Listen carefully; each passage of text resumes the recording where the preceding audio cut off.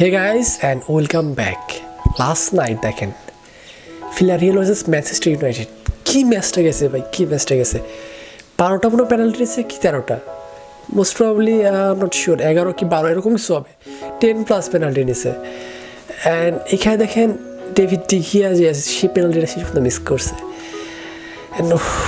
Perfect একটা final ছিল আমার মনে হয়। দেখেন পারফেক্ট একটা ফাইনাল ছিল, দর্শক ছিল প্রায় 5,000-এর মতো এমন কিছু।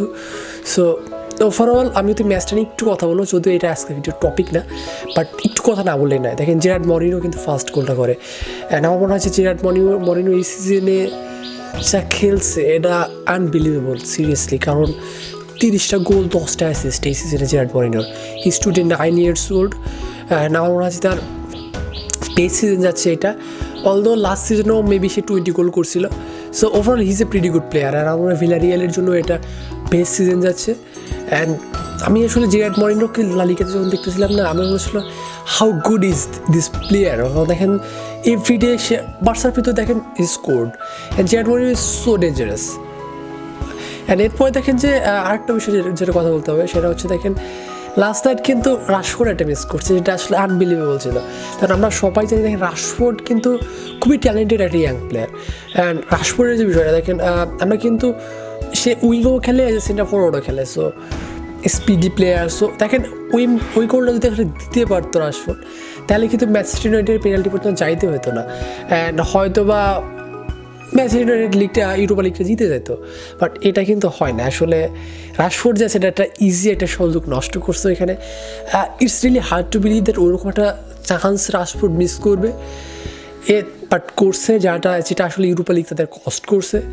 এছাড়াও দেখেন আরেকটা সেভ ছিল আই থিঙ্ক, যেটা পাও তোরেজ হিট করছিল, অ্যান্ড এই সেভটাও অসাধারণ ছিল। অ্যান্ড কাভানির গোলটাও দেখেন এটা একটু লাক ছিল অবশ্যই, কাভানি যে গোলটা করে যেটাতে 1-1 লেভেল নিয়ে আসে। সো ওভারঅল আমার মনে হয় যে ভালো একটা ফাইনাল গেছে ইউরোপা লিগে, অ্যান্ড চ্যাম্পিয়ন্স লিগে আরও একটা ফাইনাল আমরা এক্সপেক্ট করতে পারি। আজকে 27 তারিখ, 29 তারিখ ফাইনাল। সো আমরা একটু ওয়েট করতে হবে অবশ্যই, but it will be a good final I hope. Chelsea versus man city, let's see. আরও একটা বিষয় আসলে ভিডিও টপিকে যাওয়ার কথা বলতে হবে, সেটা হচ্ছে স্প্যানিশ ন্যাশনাল টিমে সের্জিও রামোস না থাকা। আমি জানি এটা ভিডিওটা দুই দিন আগে আপলোড করা উচিত ছিল, বাট আমি একটু ব্যস্ত ছিলাম। বাট প্লাস একটু ওয়েদারের ঝামেলা চলতেছে, কারেন্ট এখনও নেই, ইলেকট্রিসিটি এখনও নেই। সো ইলেকট্রিসিটি না থাকলে একটা ভিডিও শ্যুট করে আপলোড করা একটু ঝামেলা। সো ইলেকট্রিসিটি করে দিলে ঝামেলা চলতেছে এলাকায়, তো একটু ঝামেলার মধ্যে ছিলাম। কোর্স অফারিং ছিল, যারা প্রাইভেট ইউনিভার্সিটিতে পড়ে থাকেন তারা কোর্স অফারিং বিষয়টা বুঝেন অবশ্যই। সো কোর্স অফারিং একটা ঝামেলা ছিল। সো ওভারঅল সব কিছুই ফিনিশড। অ্যান্ড আমি যদি স্প্যানিশ আসলে এই জিনিসটা যখন আমি দেখছিলাম না, সার্জিও রামোস স্প্যানিশ ন্যাশনাল টিমে সিলেক্ট হয় নাই, I was like this can be happening, কারণ how man, he is their captain, he was their captain. এখন বুস্কেটস মেইন ক্যাপ্টেন হয়েছে, বাট সার্জিও রামোসের কোয়ালিটি বলেন আপনি কোনো দিক দিয়ে যে দিক দিয়েই বলেন, আমার মনে হয় সার্জিও রামোসের কোনো দিক দিয়ে বাদ দেওয়ার মতো না। এরিক গার্সিয়া অনিয়া মানে ট্রোল করা হচ্ছে, বা বলা হচ্ছে এরিক গার্সিয়া চান্স পেয়েছে, সার্জিও রামোস নাই। এখন এরিক গার্সিয়া একজন young promising player, but still আমি আসলে তাদের সাথে অ্যাগ্রি করবো। আপনারা দেখেন সার্জিও রামোস যদি ইনজুরও থাকে, সে যদি শুধু ড্রেসিং রুমে থাকে, সে প্লেয়ারদের ইন্সপায়ার করতে পারবে অনেক বেশি। হি ইজ এ পারফেক্ট লিডার, আমার মতে one of the best leader I have seen recent ইয়ারে। অ্যান্ড তাকে আসলে বাদ দিয়ে স্পেন আসলে ইউরোতে যাচ্ছে, এটা কতটুকু ইফেক্ট করবে এটা দেখার হবে। অ্যান্ড লেটস সি, আসলে টপিকে যাওয়া যাক। আজকে যে বিষয়টা সেটা হচ্ছে আমি অবশ্যই বার্সেলোনা ট্রান্সফার নিয়ে কথা বলবো আজকে। It's been couple of days, উইনালডামের কথা শোনা যাচ্ছে, বা মনে হচ্ছে একদম কন্ট্রাক্ট শেষের দিকে, বা কী বলবো কন্ট্রাক্ট একদম অ্যাগ্রি হয়ে গেছে, ভার্বাল যে কন্ট্রাক্ট আছে বা জেন্টলম্যানস যে অ্যাগ্রিমেন্ট আছে এটা হয়ে গেছে। এরপরে দেখেন যে আমি আর একটু ডিপ পাইকে নিয়ে কথা বলতে চাই, এটা এখনও কনফার্ম হয়নি বাট কথা চলতেছে। অ্যান্ড আমি আসলে পটেনশিয়াল একটা সাইনিংয়ের কথা বলতে চাই, পাও তোরেজ, ভিলারিয়ালের এগেইন একটা ভিলারিয়াল প্লেয়ার। অ্যান্ড এই বিষয়টা পাও তোরেজ আসলে বার্সাকে সাইন করা উচিত হবে কি না এইটা নিয়ে কথা বলবো। তো চলুন টপিকে যাওয়া যাক। প্রথমে আসলে আমি উইনালডামকে নিয়ে কথা বলতে চাই।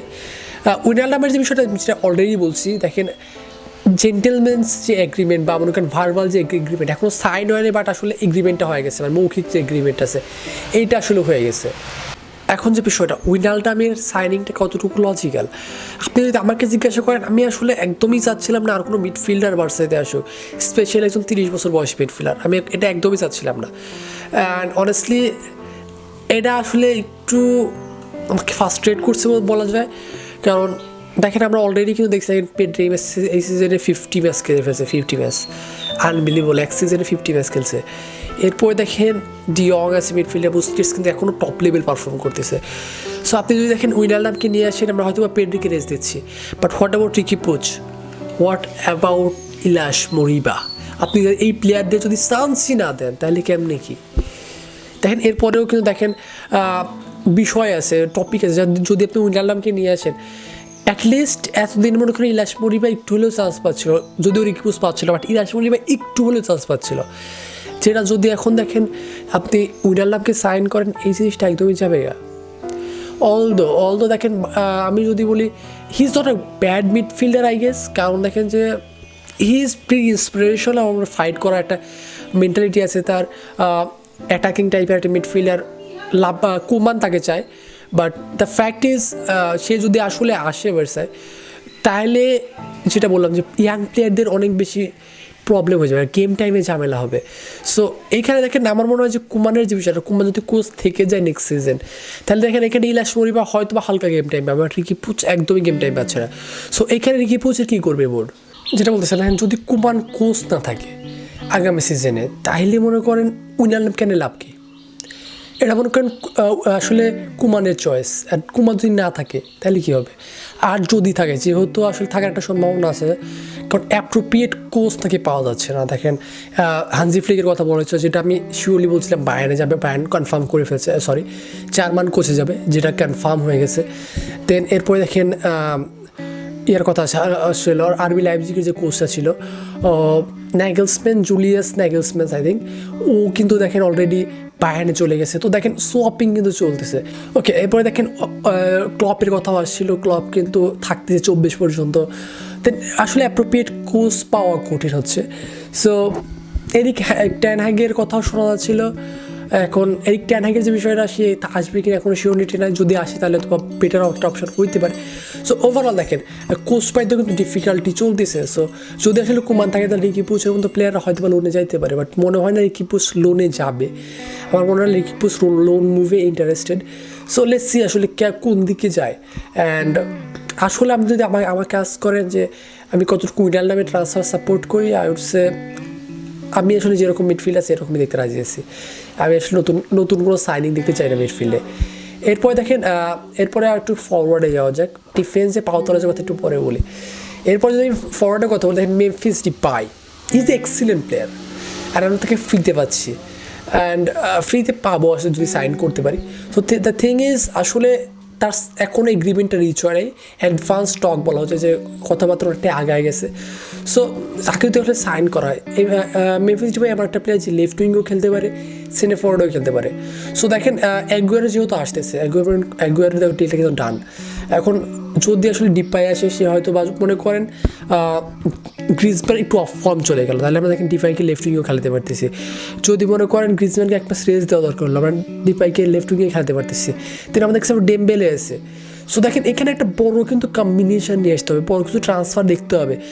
এখন দেখেন ডেমবেলের যে বিষয়টা, এ নাকি আরও রেঞ্জ চায় বেতনে, ভাই যে বেতন আছে এইটাই সবাই কাট করতেছে, ও আরও বেতন বেশি চায়। আর ও যখন আসলে সাইনিংটা করা হয় ডেমবেলে, তখন কিন্তু দেখেন বার্তামেও বোর্ড প্রেসিডেন্ট ছিল এবং সে হুদায় সবাই বেশি বেতন দিচ্ছিল। অ্যান্ড ওই টাইমে কিন্তু ডেমবেলেকে অনেক বেশি বেতন দেওয়া হয়েছে, অ্যান্ড সে এরপরে আরও বেশি চায়। সো আমার মনে হয় না লাপোর্তে এমন কিছু অফার করবে। সো সে যদি আসলে কন্ট্যাক্ট সাইন না করে, হয়তো তাকে এই মার্কেটে বা এই সামারে বিক্রি করা হবে। সো ডেমবেলে বলা যায় কন্ট্যাক্ট সাইন না করলে হি উইল বি গন। আমরা হয়তো 50-60 মিলিয়ন তার কাছ থেকে পাইতে পারি। এবং দেখেন গ্রিজম্যানকেও নাকি সেল করা হইতে পারে। যদি তাকে সেল করা হয় তাহলে দেখেন আমরা হয়তো বা মেমফিস ডিপাইকে লেফট উইংয়ে খেলাতে পারি। তো দেখেন ডিপাইকে কিন্তু সাইন করলে তাকে ইউজ আছে, সেন্টার ফরওয়ার্ড বলেন লেফট উইং বলেন খেলানো যাবে। অ্যান্ড তার স্ট্যাটসের কথা বললেও হি ইজ প্রিটি গুড। আপনি তার স্ট্যাটস দেখলে ইমপ্রেসিভ স্ট্যাটস লাস্ট 2 সিজন হলেই। অ্যান্ড আমরা দেখেন তার কিন্তু লাস্ট সিজন ছিল 15 গোল 5 অ্যাসিস্ট সামথিং ছিল। অ্যান্ড সে কিন্তু আসলে আমাদের মানে ফোকাসে চলে আসে কুমানের যে তাকে সে আসলে তাকে চায়, এবং এই সিজন তার আরও বেটার গেছে। এবং টিপাই এমন একজন প্লেয়ার যারা আসলে ইউরোপিয়ানে সব থেকে বেশি কন্ট্রিবিউট থাকে বলে গোল বা অ্যাসিস্টে, এরকম ও টপ 5 প্লেয়ারদের মধ্যে একজন। So Depay would be a great choice for Barcelona. So আসলে আমি ডিপাই চাই, আসলে ডিপাই পারছে আসলে কুমান থাকুক আর না থাকুক।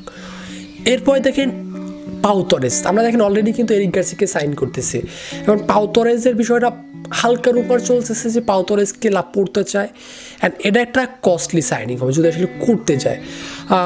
মার্কেটে তার 60 মিলিয়ন বলা হচ্ছে, বাট আমি শিওর প্যান্ডামিকের জন্য যদি আসলে ভিলারিয়াল তাকে ছাড়তে চায়, আমার মনে হয় তাকে ছাড়তে চাইবে। যদি তাকে ছাড়তে চায় তাহলে হয়তো 40 মিলিয়নের অ্যারাউন্ড পাইতে পারি, তাহলে 60 মিলিয়ন পে করা লাগতে পারে। I am not sure about his release clause, but he is a pretty good defender. Although আমার মনে হয় বার্সার বিরুদ্ধে যখন খেলা হয় তখন একটা ওন গোল করছিলাম মেবি।